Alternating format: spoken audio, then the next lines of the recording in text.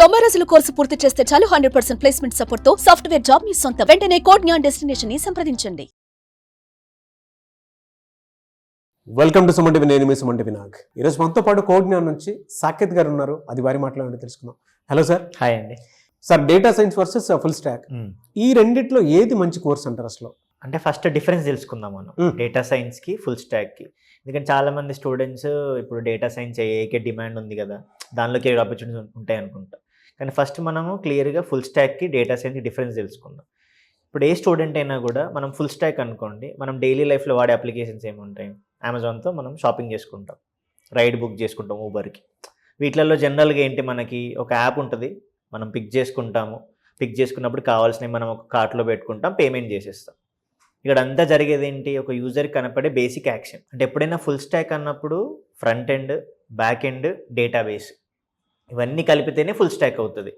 ఇప్పుడు అలా అంటే మనం ఇప్పుడు అమెజాన్ వాడుతున్నాము, హాట్స్టార్ ఇవన్నీ యూజ్ చేస్తున్నాం, వాటిల్లో కూడా డేటా సైన్స్ టెక్నిక్స్ వాడతాం.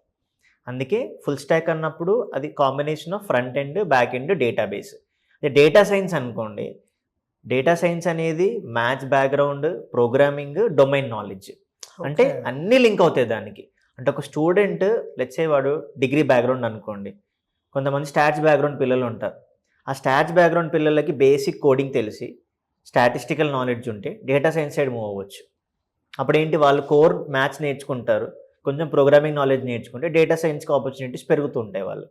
అలా కాకుండా ఏ స్టూడెంట్ అయినా, నాన్ ఐటీ బ్యాక్గ్రౌండ్ అయినా, బీటెక్ కంప్యూటర్స్ అయినా, ఈసీ అయినా, ట్రిపుల్ ఏ అయినా, ఎవరికైనా బిగినింగ్ ప్రోగ్రామింగ్ నాలెడ్జ్ ఉండాలి. కాబట్టి ఫస్ట్ ఫుల్ స్టాక్ ఎందుకు నేర్చుకుంటారంటే మల్టిపుల్ ఆపర్చునిటీస్ వస్తాయి. అలా డిఫరెన్స్ ఉంటుంది డొమైన్ వైజ్. మనం వాడే ప్రతి అప్లికేషన్లో కూడా డేటా సైన్స్ ఎంబెడ్ అయి ఉంటుంది. కానీ ఏంటంటే అది బ్యాక్ ఎండ్ కనపడని పార్ట్. కనపడేది ఏంటంటే యూజర్కి ఒక ఫ్రంట్ ఎండ్ కనపడుతుంది, ఎలా యూజ్ చేస్తాము, ఎలా స్టోర్ అవుతుంది, ఇదే ఉంటుంది. అందుకే రెండింటికి కూడా ఆపర్చునిటీస్ ఉంటాయి. బట్ ఫస్ట్ ఒక స్టూడెంట్ ఎప్పుడైనా బేసిక్ ప్రోగ్రామింగ్ నేర్చుకోవాలి. డేటా సైన్స్కైనా మ్యాండేటరీ, ఫుల్ స్టాక్ అయినా మ్యాండేటరీ. అలా కోర్స్ డ్యూరేషన్ పీరియడ్ ఎలా ఉంటుందండి రెండింటికి? ఫుల్ స్టాక్ అయితే మనం 100 days ట్రైన్ చేస్తామండి. అందులో front end, back end, database వస్తుంది. డేటా సైన్స్ వచ్చి 6 months ట్రైన్ చేస్తాం మనం. ఎందుకంటే దానిలో మనం డివైడ్ చేసుకుంటాం. మనకి వచ్చే వాళ్ళు డిఫరెంట్ క్యాండిడేట్స్ ఉంటారు. నాన్ ఐటీ బ్యాక్గ్రౌండ్ పిల్లలు ఉంటారు, బీటెక్, ఏఐఎంఎల్, డేటా సైన్స్ పిల్లలు ఉంటారు. అందుకే ఫుల్ డేటా సైన్స్లో మనము ప్రోగ్రామింగ్, మ్యాథ్స్, స్టాటిస్టిక్స్ ఎంబెడ్ చేస్తాం. ఎందుకంటే ఆ స్టాట్స్ నాలెడ్జే డేటా సైన్స్ ఏలో చాలా హెల్ప్ చేస్తూ ఉంటుంది. తర్వాత మెషిన్ లెర్నింగ్ అని, డీప్ లెర్నింగ్ అని, ఇలా మల్టిపుల్ టెక్ స్టాక్ ఇంక్లూడ్ అవుతుంది. అందుకే డేటా సైన్స్కి 6 months ప్రోగ్రామింగ్ డ్యూరేషన్ ఇస్తాం మనము. ఫుల్ స్టాక్ వచ్చేసి 100 days ఉంటుంది. సో రెండింటికి కామన్గా ఉండే పాయింట్స్ ఏంటంటే బేసిక్ కోడింగ్ పార్ట్. ఆ కోడింగ్ పార్ట్తో స్టూడెంట్కి అర్థమవుతుంది నేను ఎటు సైడ్ మూవ్ అవ్వాలి ఏంటనేది. ఆ కోడింగ్ లాజిక్ తగ్గట్టు వాడికి నువ్వు ఇలా వెళ్తే కరెక్ట్గా ఉంటుంది. నీకు మ్యాథ్స్ నాలెడ్జ్ ఉంది, స్టాటిస్టికల్ అప్రోచ్ నేర్చుకుంటే డేటా సైన్స్ సైడ్ వెళ్ళొచ్చు. ఆ డిఫరెన్స్ మనం క్లియర్గా చెప్తాం పిల్లాడికి. If in case non IT background నుంచి ఒక స్టూడెంట్ జాయిన్ అయ్యారు అనుకోండి, అవును, అప్పుడు దేనికి ప్రయారిటీ ఎక్కువ ఇవ్వాల్సినటువంటి అవసరం ఉంటుందంటారు? పర్సెంటేజ్ క్రైటీరియా అండి. ఫస్ట్ ఇప్పుడు నాన్ ఐటీ బ్యాక్గ్రౌండ్ అనుకోండి, బీటెక్లో ఒకవేళ ఈసీ, ట్రిపుల్ ఏ అనుకోండి, వాళ్ళకి ఫస్ట్ ఏం చెప్తామంటే మనం ప్రియర్ కోడింగ్ నేర్చుకొని ఆ కోడింగ్ ప్రాబ్లమ్ సాల్వింగ్ వాడు ఒక స్టేజ్లో చేయగలుగుతున్నాడు అనుకోండి, అప్పుడు మనం ఫుల్ స్టాక్ రికమెండ్ చెప్తాం. వాడికి కోడింగ్ చాలా తక్కువగా ఉంది, అలా కాదు వాడు కోడింగ్ లేకుండా చేయాలి అనుకుంటాడు, అప్పుడు డేటా సైన్స్ సైడ్ మూవ్ అవ్వచ్చు. ఇంకా డేటా సైన్స్లో మనం టూల్స్ కూడా నేర్పిస్తాం. ఎక్సెల్, పవర్ బిఐ అనే టూల్స్ ఉంటాయి, వాటికి కోడింగ్ అక్కర్లేదు. ఈజీగా డ్రాగ్ అండ్ డ్రాప్ చేయడము, మనం డాష్ బోర్డ్ బిల్డ్ చేసుకోవడము, అప్పుడు నో కోడింగ్ అవుతుంది కదా వాడికి. సో అలా మనం మూవ్ చేపిస్తాం అన్నమాట. స్టూడెంట్కి ఒకవేళ కోడింగ్ ఇంట్రెస్ట్ ఉండి దానిలోనే ముందుకెళ్ళాలంటే ఫుల్ స్టాక్లోకి వెళ్ళొచ్చు. అలా కాదు, తక్కువ కోడింగ్ ఉండాలి, టూల్స్ యూజ్ చేసుకోవాలి, అప్పుడు మనం డేటా సైన్స్కి రికమెండ్ చేస్తాం పిల్లల్ని. అలా డిఫరెన్స్ ఉంటుంది మెయిన్గా. ఎలా సార్ అంటే ఫుల్ స్టాక్ ఎవరైనా సరే నేర్చుకున్నటువంటి వాళ్ళు ఫ్రెషర్స్ అయినా సరే అవును, మీ దగ్గర జాబ్ క్రాక్ చేసినటువంటి వాళ్ళు ఉన్నారండి, చాలా మంది ఉన్నారు. వీడియో చూద్దాం మనం, ఫీడ్బ్యాక్ వీడియో చూద్దాం. Okay. I'm a 2024 passed out student. I chosen the Python full stack course at Cognizant in Hyderabad. ఇందులో నేను జాయిన్ అయ్యి 6 months అవుతుంది. లాస్ట్ టైం డిసెంబర్లో సుమన్ టీవీ సేమ్ ఇలానే ఒక సక్సెస్ ఇంటర్వ్యూ జరిగింది. సో అప్పుడు నేను అక్కడ లాస్ట్లో కూర్చుండే. అప్పుడు మ్యామ్స్ వచ్చి చెప్పారు, లైక్ నెక్స్ట్ ఇంటర్వ్యూలో ఖచ్చితంగా నువ్వు ప్లేస్ అయి ఉండాలి, అప్పుడు మళ్ళీ మేము వస్తామని చెప్పారు. నేను అప్పటి నుంచి కంపెనీస్కి అప్లై చేయడం స్టార్ట్ చేశాను. యాక్చువల్గా 2 companiesలో ప్లేస్ అయ్యాను, రెవాచ్ టెక్ మహీంద్రా క్లయింట్ అను ఫ్రాగ్మైజ్ with 3.25 LPA and 4 LPA. So ఈ యొక్క ప్రాసెస్లో నాకు కోడ్ జ్ఞాన్ ఇన్స్టిట్యూట్ చాలా సపోర్టింగ్గా ఉంది. లైక్ ఇక్కడ ఉన్న ప్రతి ఒక్క మెంటర్ ఈ కోడ్ జ్ఞాన్ ఇన్స్టిట్యూట్కి ఒక స్ట్రాంగ్ పిల్లర్ లాగా నిలబడి చాలా మంది ఫ్రెషర్స్ జాబ్ తెచ్చుకోవడానికి చాలా హెల్ప్ఫుల్ చేస్తున్నారు. Hi everyone, I am Pujita. I am from JFS 17 batch, Amirpet branch. So I got placed in Sonata Software with 4 LPA package. నేను జాయిన్ అయ్యి ఆల్మోస్ట్ 6 months అయింది. సో ఎవ్రీడే క్లాసెస్ ఉంటాయి కదా మనకి. మాకు ఫస్ట్ యాప్టిట్యూడ్ జరిగింది, almost ఒక 2 months జరిగింది. అండ్ తర్వాత SQL జరిగింది. ప్యారలల్గా ఫ్రంట్ ఎండ్ బ్యాక్ ఎండ్ కూడా జరిగాయి మాకు. డైలీ ఒక 3 hours ప్రాక్టీస్ సెషన్స్ ఉంటాయి. తర్వాత సాఫ్ట్ స్కిల్స్ కూడా జరిగింది మాకు.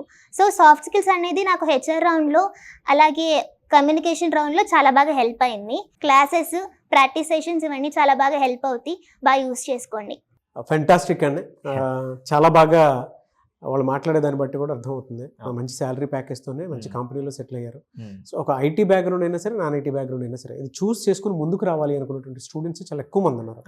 అంటే ఏది బెస్ట్ అనుకునేటువంటి దాంతో. అండ్ మీరు ఇందాక ఒక మాట కూడా అన్నారు, అంటే పర్సంటేజ్ వైజ్ ఉంటుంది, దాన్ని బేస్ చేసుకుని ఉంటే ఫుల్ స్టాక్గా డేటా సైన్స్ అనేది ఉంటుంది. బట్ పిక్చర్ మాత్రం మీకు ఫ్రంట్ అండ్ బ్యాక్ అండ్ కనిపిస్తుంటుంది. ఓవరాల్ అయితే పిక్చర్ డేటా సైన్సే ఉంటుంది అని చెప్పేసి చెప్పారు.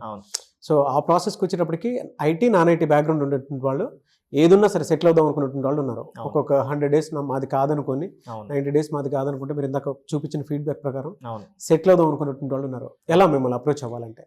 మనకి నంబర్స్ ఉంటాయి స్క్రీన్ మీద. మనకి విజయవాడలో అయితే మొగల్ రాజ్పురంలో ఉంది బ్రాంచ్, హైదరాబాద్ అయితే జేఎన్టీ మెట్రో స్టేషన్ దగ్గర అమీర్పేటలో ఉంది, బెంగళూరు అయితే బీటీఎం లేఅవుట్ దగ్గర ఉంది. సో ఎప్పుడైనా ఏం చెప్తామంటే కాల్ చేసి డీటెయిల్స్ కనుక్కోండి. కుదిరితే పేరెంట్స్ తోటి ఆఫీస్కి రండి, ఎందుకంటే అమౌంట్ ఎఫర్ట్ చేయాలంటే పేరెంట్ హ్యాండ్ కంపల్సరీ ఉంటుంది అక్కడ. ఫస్ట్ కనుక్కొని కోర్స్ కరికులమ్ మెంటర్స్తో డిస్కస్ చేసుకొని అన్ని క్వశ్చన్స్ క్లారిటీ వచ్చాక అప్పుడు ఎన్రోల్ అవ్వచ్చు. లేదు కొంతమందికి డెమో విందాం అనుకుంటారు, మనం ఆ ఫ్లెక్సిబిలిటీ కూడా ఇస్తాము. మెంటర్స్తో మాట్లాడి ఎలాంటి ప్రాజెక్ట్స్ చేస్తాము, ఆ ప్రాజెక్ట్స్ వల్ల నిజంగా జాబ్ ఆపర్చునిటీ ఎలా ఉన్నాయో ఇవన్నీ కనుక్కున్నాక వాళ్ళు ఎన్రోల్ అవ్వచ్చు. ఎనీవేస్ థ్యాంక్ యూ అండి. Thank you so much Saketh garu. Thank you అండి. చూసారు కదండి వీడియో. ఈ వీడియోపై మీ అభిప్రాయాన్ని కమెంట్ బాక్స్లో పోస్ట్ చేయండి. ముఖ్యంగా మీరు కనుక విజయవాడ, బెంగళూరు, హైదరాబాద్ ఈ 3 cities-లో చూసుకుంటే కోడ్జ్ఞాన్ ఉంది.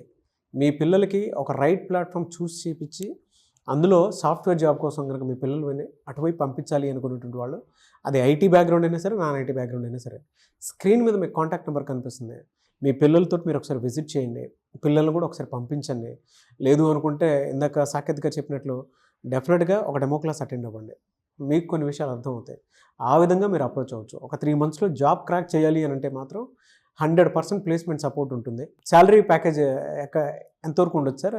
యావరేజ్గా 4 to 5 lakhs నుంచి స్టార్ట్ అవుతుంది. ఓకే, మాక్సిమం 10 lakhs 12 lakhs కొట్టిన పిల్లలు కూడా ఉన్నారు. సో అది నేను చెప్పడమే కాదు, ఆల్రెడీ ఫీడ్బ్యాక్ కూడా మీరు చూసారు. కాబట్టి ఎవరన్నా అప్రోచ్ అయ్యి జాయిన్ అవ్వాలనుకుంటే స్క్రీన్ మీద మీ కాంటాక్ట్ నెంబర్ కనిపిస్తుంది, దాన్ని మీరు కాల్ ఆర్ మెసేజ్ వాట్సాప్ చేసి వెంటనే ఎన్రోల్ చేసుకోండి. ఈ వీడియో లైక్ చేయండి, షేర్ మాత్రం తప్పకుండా చేయండి. ఇలాంటి మరిన్ని వీడియోస్ కోసం మా ఛానల్ ఫాలో అవ్వండి. Thank you.